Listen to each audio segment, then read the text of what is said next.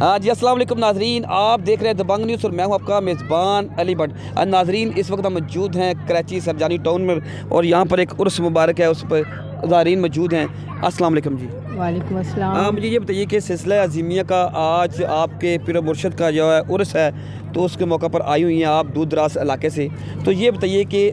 مراقبہ قائم کرتے ہیں، مراقبہ کیا چیز ہے، اس کے لیے کیا اقدامات ہمیں اٹھانے پڑیں گے؟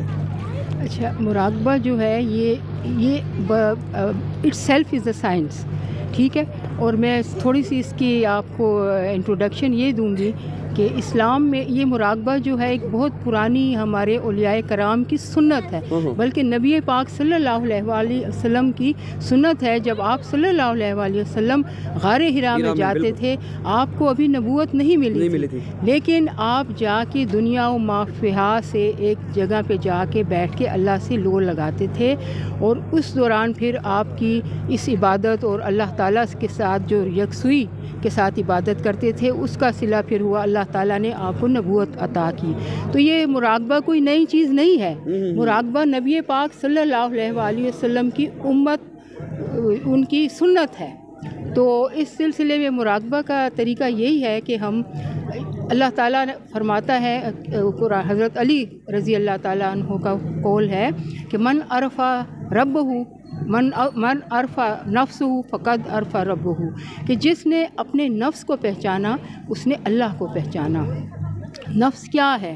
نفس ہمارے اندر، اللہ تعالیٰ فرماتا ہے کہ تم مجھے کیوں نہیں دیکھتے، تم مجھے اپنے اندر دیکھو، میں تمہارے اندر موجود ہوں۔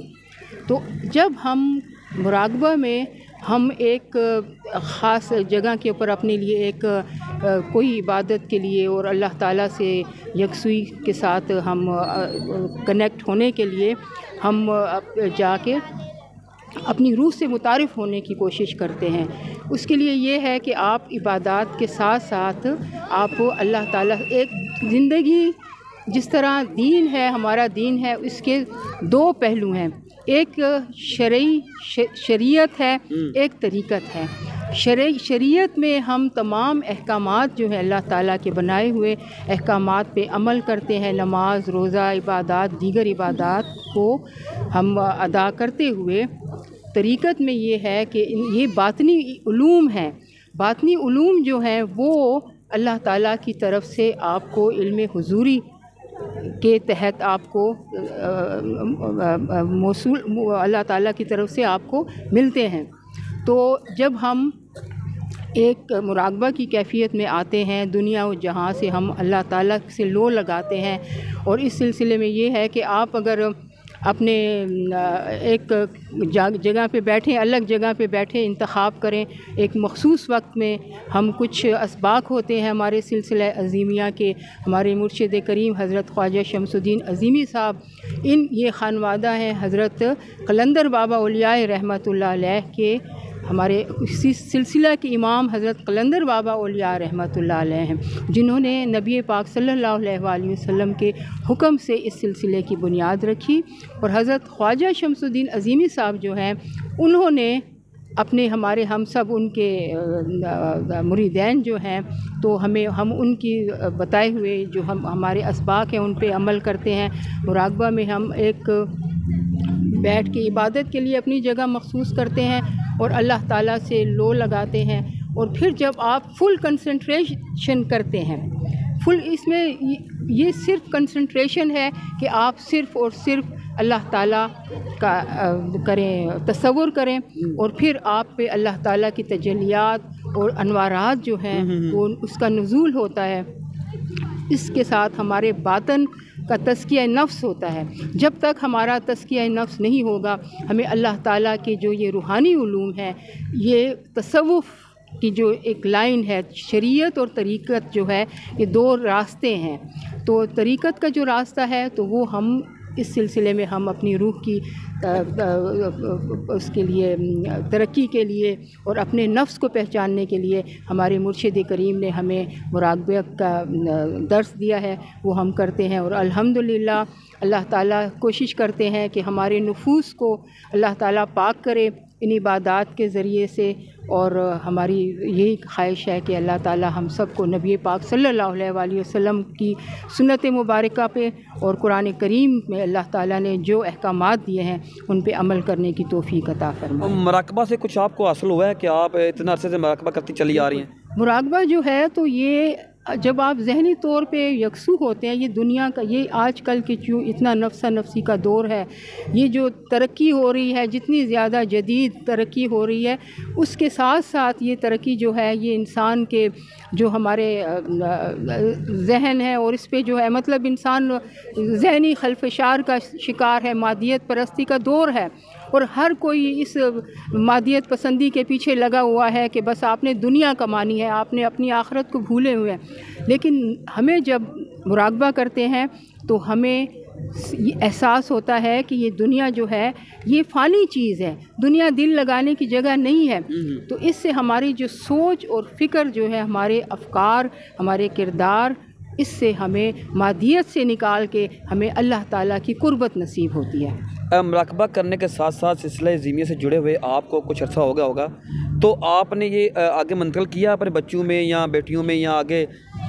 जी, हमने असल में कोशिश यही करते हैं कि हमारे मुर्शिद करीम फरमाते हैं कि बाअदब बानसीब बेअदब बेनसीब। तो ये जब हम अपने बच्चों को सिखाते हैं तो वो हम अपने किरदार से हम अपने बच्चों को शुरू से ये तरबियत देते हैं कि जो मुर्शिद करीम की तालीमात जो है नबी पाक सल्लल्लाहु अलैहि वसल्लम की सुन्नत और कुरान को मलहूज़ नज़र रखते हुए वो अहकामात हैं, कोई बाहर से कोई ऐसी चीज़ नहीं है। हम अपने बच्चों को कुरान पाक सिर्फ़ पढ़ने की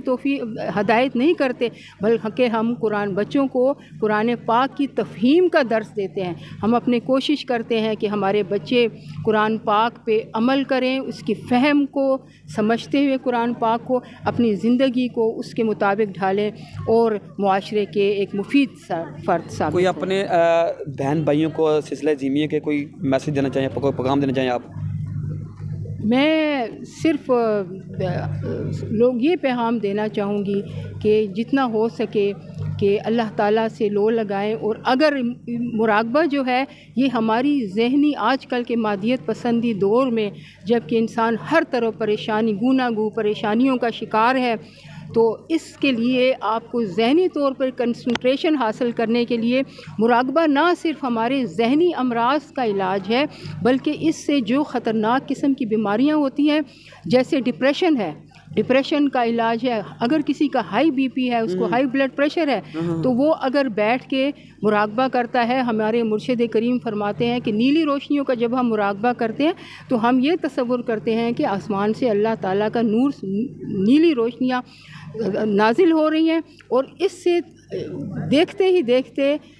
10, 15, 20 मिनट तक जब आप नीली रोशनियों का मुराकबा करते हैं तो हमने ये नोटिस किया है, हमारा मुशाहिदा है कि वो ब्लड प्रेशर जो है, इवन ब्लड प्रेशर भी वो तकरीबन